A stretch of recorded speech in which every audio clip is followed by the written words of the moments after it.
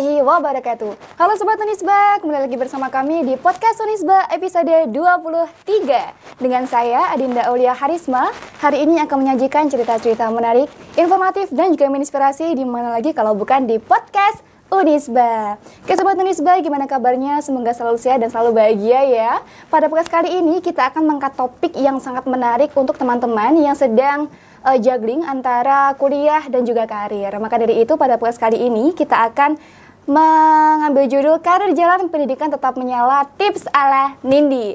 Maka dari itu pada podcast kali ini kita akan menghadirkan mahasiswa ilmu komunikasi yang juga meniti karir sebagai influencer dan juga penyanyi religi. Langsung saja kita sambut Alvina Nindiani. Assalamualaikum Mbak Nindi. Waalaikumsalam. Oke, gimana Mbak kabarnya? Alhamdulillah Mbak sehat. baik ya. Baik. Oke.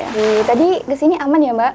Aman, agak hujan sedikit tapi Iya. it's okay. Oke, harus tetap semangat ya menjalani hari meski hujan datang melanda. Oke Mbak Nindi, ini kan Sobat Unisnya pasti udah tahu ya kalau Mbak Nindi ini seorang influencer dan juga sekarang lagi sibuk banget meniti karir sebagai penyanyi religi. Mungkin Mbak display sedikit Mbak suaranya yang sangat merdu menyejukkan hati itu ya. Apa ya? Kira-kira apa nih? Apa ya? Selawatan aja gitu Iya, ya? selawatan aja. Iya, selawatan apa ya? Dikit aja ya ini. Dikit aja gak apa-apa. Innal habib al-mustafa du ra'fati wa du wafa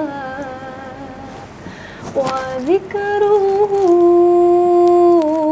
fihi shifa idza tamada bil ilal wa dhikruhu fihi shifa idza tamada bil ilal. Masa keren banget, Masya Allah. Oke Mbak, ini kan Mbak Nindi udah sangat aktif ya di bidang ini ya. Iya. Mungkin bisa diceritakan sedikit awal mula Mbak Nindi ini terjun di bidang industri musik ini Mbak. Awal mulanya. Jadi ceritanya ini agak panjang, nggak apa-apa ya? Iya, nggak apa-apa Mendung kok. sedikit. Jadi memang aku ini basically dari keluarga memang seniman. Ah gitu. Jadi memang sedari awal, mulai dari kecil itu dari keluarga itu memang melatih sejak kecil. Dan kemudian kalau untuk terjun ke dunia industrinya itu sebenarnya mulai dari SD. Jadi kan seiring perkembangannya multimedia lah ya. Jadi dulu tuh YouTube belum seramai sekarang. Iya. Aku itu SD mulai rekaman untuk dipublikasikannya lewat kaset. Oh lewat kaset. Iya, jadi dulu SD itu kaset, kemudian makin beriringnya waktu, mulai sosmed mulai berkembang, Iya. Instagram waktu itu ya. Memasuki aku kelas 2 SMP itu mulai iseng main Instagram. Oh, jadi sebenarnya gitu. bukan sesuatu yang di manage dari awal gitu. Kalau Iseng-iseng untuk aja ya? industrinya ya. Kalau nyanyi kan emang dari dulu nyanyi, sering ikut lomba dan segala macam. Tapi kalau untuk masuk ke industrinya itu mulai termanage ketika aku kelas 2 SMP. Oh gitu. Iya, itu aku mulai main Instagram, kemudian disitulah mulai banyak mulai banyak followers lah ya. Iya. Dalam jangka waktu yang sebentar itu followers bertambah banyak dan ternyata banyak juga orang yang ternyata orang suka ya dengan suara aku yang seperti ini gitu ya. Maksudnya mungkin pada saat itu juga lagi booming sholawatan gitu ya di tahun benar. itu 2018. Kemudian pas seiring berjalannya waktu, kemudian aku itu didengar sama salah satu label musik. Iya. Label musik. Jadi kan beberapa orang kalau untuk masuk ke label musik itu biasanya melalui audisi. Iya, benar-benar. Atau mungkin segala macamnya gitu ya. Sedangkan aku itu label itu yang langsung milih aku gitu. Dihubungi langsung berarti Mbak? Dihubungin langsung. Awalnya juga kayak aku takut atau gimana ya. Namanya juga masih kecil ya, waktu itu masih umur usia 14-15 tahun lah. Masih dalam pengawasan orang tua sekali. Dan di saat itu aku tanya ke orang tua gimana baiknya, apakah aku harus mengiyakan penawaran ini gitu. Terus alhamdulillah keluarga juga setuju, meridhoi. Akhirnya aku pertama kali rekaman itu di 2018 itu dengan judul lagunya, kalau teman-teman lihat di YouTube judulnya itu Laukana Bainanal Habib. Oh, Nah, itu adalah lagu first aku di YouTube yang kemudian sekarang itu tetap menjadi one of terbanyak viewersnya sampai sekarang, lagu Laukana itu yang menjadi apa ya, identitas aku gitu. Orang-orang, oh Nindi tuh yang Laukana itu dulu ya. Itu. Jadi makanya setelah itu terus berjalan, akhirnya aku tetap ikut label musik tersebut sampai sekarang, dan kalau di titik yang sekarang alhamdulillah aku sudah bisa menjadi produser untuk aku sendiri. Jadi waktu itu kan ibaratnya kayak aku diproduserin orang gitu ya. Iya benar. Dan selama 7 tahun waktu, dan sekarang di tahun ini aku udah mandiri alhamdulillah. Mulai tahun ini ya, Mbak? 2025 ini. Ya, gitu. Oke, berarti awal mulanya dari hadroh itu ya?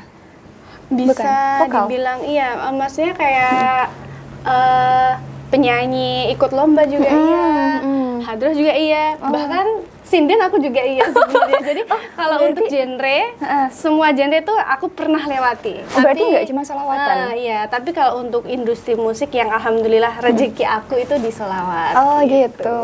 Sekalian syiar agama Islam sih Mbak ya. Melalui solawat kan akhirnya banyak yang suka. Betul. Jadinya mengalir itu. Iya benar-benar dakwah. Oke, kan berarti Mbak Nindi kan udah sibuk di musik itu tadi ya, dan juga sekarang sebagai mahasiswa, kira-kira gimana sih Mbak manage waktu antara kuliah, terus karir dan juga keluarga, gitu? Itu apa ya, sebenarnya dibilang susah juga susah banget ya, karena memang aku itu berkarirnya memang saat aku sekolah tuh lagi aktif-aktifnya. Iya benar-benar. Anak SMP, SMA, kuliah itu ya. Dan memang dari aku sendiri nggak ada niatan untuk homeschooling dan lain-lain. Karena dari keluarga memang semua mengutamakan pendidikan. Dari orang tua harus, kamu itu walaupun berkarir harus tetap mengutamain pendidikan, kayak gitu. Jadi ya apa ya, tetap pendidikan itu nomor satu, gitu. Jadi kalaupun ada kegiatan yang harus bertabrakan antara karir dan pendidikan, aku tetap mengutamain pendidikannya. Kayak misal harus ada manggung di sini pas lagi ujian gitu ya, ya tetap mengutamain ujiannya. Oke, gitu ya. Berarti tetap pendidikan yang utama. Tapi ya maksudnya beberapa guru atau dosen kan banyak yang memberikan kemudahan gitu ya. Alhamdulillah. Nggak apa-apa Mbak Nindi, ini aja, manggung aja, nanti tugasnya kirim ke saya gitu. Iya benar. Sekarang kan yang penting kita tuh gimana cara membangun kepercayaan ke guru, ke dosen, dan ke teman-teman. Jadi mulai dari SMP, SMA, sampai sekarang kuliah, ya tetap berjalan dua-duanya alhamdulillah. Oke, alhamdulillah. Karir dan pendidikan. Berarti level apa ya, prioritas pendidikan bagi Mbak Nindi itu sangat penting daripada sangat karir. Sangat penting. Oke, sangat penting. Keren sih. Oke, Mbak. Tadi kan Mbak Nindi juga bilang kalau keluarga mengutamakan pendidikan ya. Terus kalau ketika ini, pasti Mbak lagi hektik kan pasti pernah ya Mbak ya. Itu untuk seberapa penting sih peran keluarga, peran teman, peran pasangan ketika di masa-masa itu? Pasti penting banget ya, apalagi kalau keluarga itu rumah kita gitu. Gimana keberhasilan kita di luar itu adalah cermin bagaimana hubungan kita, baiknya kita hubungan dengan orang tua. Jadi tetap peran orang tua, peran keluarga, peran teman-teman lingkungan di sekitar itu sangat penting. Kayak berhasilnya aku di luar sana itu karena berhasilnya aku di rumah gitu. Gak ridho orang tua. Iya betul. Jadi komunikasi yang baik dengan orang tua itu juga mempengaruhi performa di luar sana, dan juga mempengaruhi semangat tentunya dari orang tua. Oke Mbak. Ini Mbak, kalau pas masa-masa tadi ya, pas kewalahan banget jadi influencer, itu mengatasinya gimana? Tadi kan Mbak Nindi bilang kalau peran keluarga sangat penting itu. Kalau pas lagi masa-masa itu, mengatasinya itu gimana Mbak? Mengatasinya. Jadi sebenarnya kalau dibilang capek banget gitu. Sebenarnya kalau dibilang balance, nggak mungkin ada yang seimbang ya. Pasti ada harus salah satu yang dikorbankan. Jadi ya apa ya, aku yang harus pandai menyesuaikan gitu. Dan kalau dibilang solusinya apa, ya itu membangun komunikasi yang baik. Jadi kita membangun komunikasi, kepercayaan yang baik sama guru kita. Dan lain-lain, itu yang membuat semuanya berjalan dengan lancar. Jadi makanya aku masuk ilmu komunikasi ya teman-teman. Karena itu sebagai sarana aku belajar bagaimana cara membangun komunikasi yang baik dengan relasi kita, dengan orang-orang yang sangat berpengaruh dalam hidup kita, karena itulah yang menjadikan kelancaran dalam step-step kehidupan kita. Oke, berarti kan menjaga komunikasi dengan baik antara Betul. orang tua, terus teman, dan juga semuanya lah yang Betul, berkaitan dengan semuanya. kita. Oke Mbak, berarti awal tertarik menekuni dunia medsos itu sampai menjadi influencer itu apa? Iseng-iseng tadi? Iseng. Iya benar. Sampai Jadi iseng. kayak nggak ada ya niatan, kayak kan beberapa orang memang ada yang ditata banget Iya. pengen jadi influencer atau selebgram. Kalau aku pribadi emang pure apa ya, bahasa sekarangnya viral gitu kali ya. Maksudnya kayak benar-benar aku Iseng bikin up. video iseng, terus kemudian banyak viewersnya, followersnya juga. Banyak yang suka. Iya, terus dan akhirnya orang menunggu-nunggu mana nih video berikutnya, dan disitulah akhirnya bukan karena aku mau sebenarnya Iya, iya. ya, karena Netizen sih. aku sudah punya audiens Iya, iya, gitu. bener-bener. Jadi disitulah kayak mulai, oh jadi aku udah punya audiens nih, berarti aku kayaknya aku harus konsisten lagi gitu. Mulai dari iseng, terus akhirnya netizen kan banyak yang komen, oh suka nih, bagus nih Nah, suaranya gitu. gitu ya. Akhirnya mulai konsisten Betul. buat branding di sosial media Iya. gitu. Oke Mbak, tips simple dari Mbak Nindi buat teman-teman yang lagi atau mau menjalani hal yang serupa dengan Mbak Nindi. Dalam artian pengen kuliah, tapi juga pengen karirnya tuh tetap jalan. Tipsnya apa Mbak? Tipsnya kalau aku sebagai seorang wanita ya, kita adalah seorang yang berperan sebagai orang yang mendidik gitu. Jadi wanita sebelum mendidik harus terdidik gitu.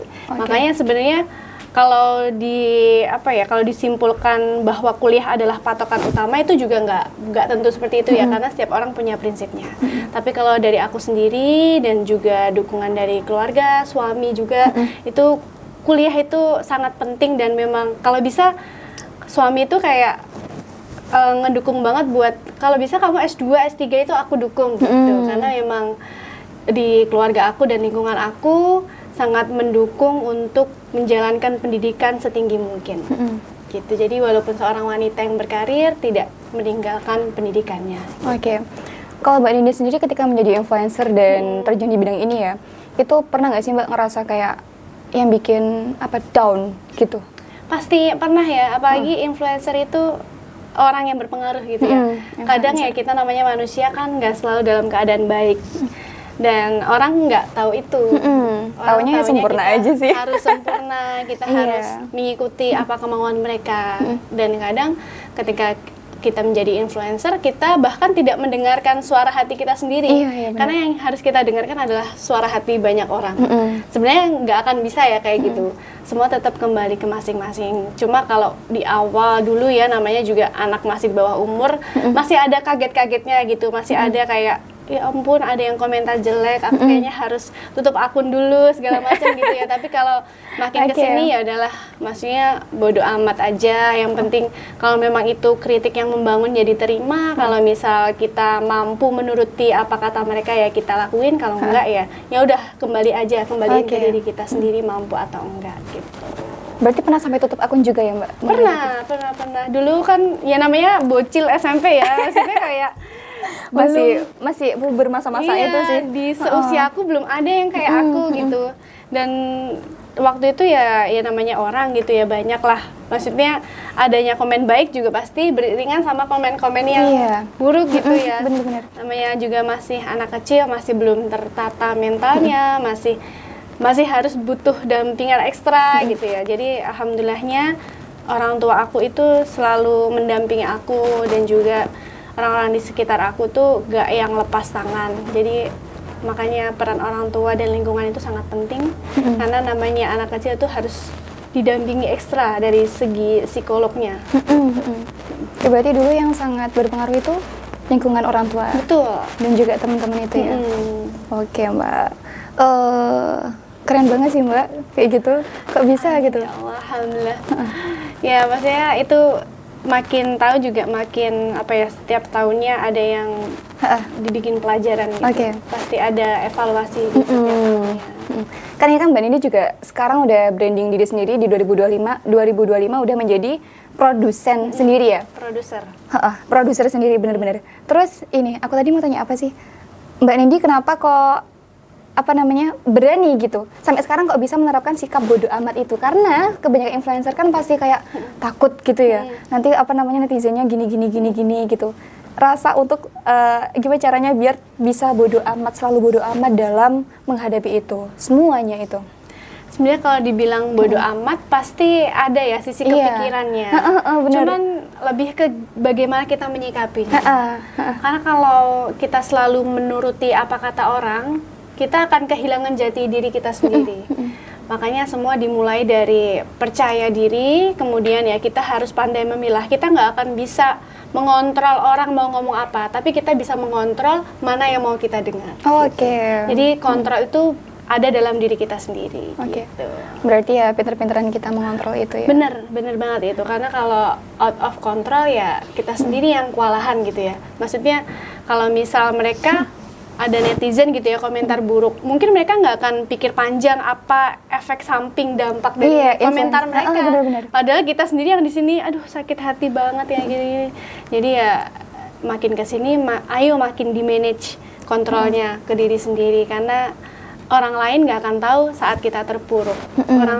Orang lain taunya kita harus sempurna. Makanya dari situlah kita yang harus membranding diri kita sendiri, kita yang harus mengontrol diri kita sendiri, bagaimana apa yang baik untuk kita sendiri gitu.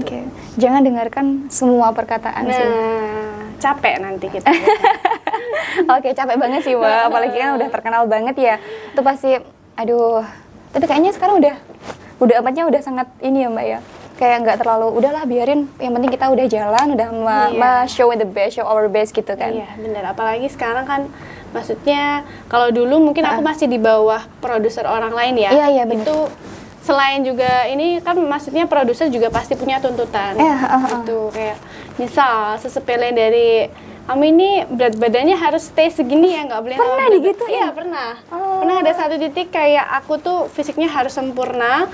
Pernah waktu itu aku itu lagi pilek, dan itu aku harus rekaman. Sedangkan kan maksudnya pilek kita juga di luar kendali kita ya. Iya bener. Terus saya, yaudah kamu pulang, sekalian kamu diet karena itu berat badan kamu tuh nambahnya ini jelek di kamera gitu kan.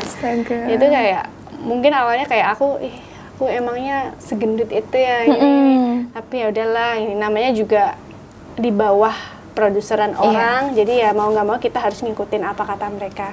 Tapi ya makin kesini dan alhamdulillah aku bisa jadi produser, jadi ya banyak belajarnya gitu. Dan disinilah aku bisa leluasa gitu karena tidak terikat ya. Jadi bisa merasakan, jadi kayak aku juga pernah di bawah orang, tapi sekarang aku jadi produser juga mandiri gitu. ya. Jadi bisa saling bercermin gitu lah. Banyak orang tua tuh bilang gini Mbak, bahwa sebelum kamu punya usaha sendiri kamu harus ikut orang. Bener kan? Bener. Itu alasannya apa Mbak kalau menurut Mbak Nindi? Menurut aku itu adalah pembangunan mental kita ya di situ gitu. Dan kalau misal kita langsung jadi produser, kita nggak akan belajar banyak dari pengalaman kita ketika kita ikut ke orang. Iya benar. Jadi nggak cuman asal ngatur orang, tapi kita juga harus merasakan kayak kita juga diatur orang. Kita harus mengikuti kemauan orang sebelum akhirnya kita yang mengatur orang, kita yang menentukan sendiri, kita yang mandiri. Berarti ya intinya kenapa sih kita harus menempatkan diri di posisi orang itu ya biar tahu. Jadi kita sebagai produser tuh nggak semena-mena gitu ya Mbak. Betul banget itu. Enak nggak Mbak jadi di bawah tekanan gitu? Sebenarnya ya ada enaknya ada enggaknya ya. Karena kalau misal di bidang musik itu ketika kita di bawah orang, di bawah label, di bawah produser itu aku pribadi udah nggak mikirin apa-apa ya, kayak misal wardrobe, sepele itu. Sedangkan kalau musik itu ribet, kita harus ngurus hak cipta dan segala macam kan ribet ya kalau musik. Bener. Kalau aku di bawah orang, aku nggak mikirin itu semua. Pun kalau misal nanti karya aku kena klaim atau band, itu tuh udah tanggung jawab dari produser. Tapi sekarang aku jadi produser, aku juga harus mikirin gitu kayak aku mau ini, aku nggak bisa asal gini karena aku harus mikirin ini efeknya, gitu. dampaknya. Makanya itu dari itu aku bisa belajar dua-duanya gitu. Jadi tahu lah balance ya Mbak akhirnya. Gitu. Jadi nggak sekedar nyuruh-nyuruh aja, tapi ya udahlah kita tahu posisinya, jadi ya tidak sembarangan gitu ya. Empatinya ada gitu. Iya, lebih bijak juga ya pastinya. Oke Mbak Nindi, pesan buat ini Sobat Tunisba yang lagi berjuang apa namanya biar semangat gitu apa Mbak? Pesannya apa ya? Dan juga quotes yang sekalian disampaikan boleh banget nih. Quotes buat pendengar setia. Pesan dari saya untuk Sobat Unisba, jadilah dirimu sendiri dan jangan pernah takut gagal. Karena dari kegagalan itulah kamu akan menjadi seseorang di suatu hari nanti.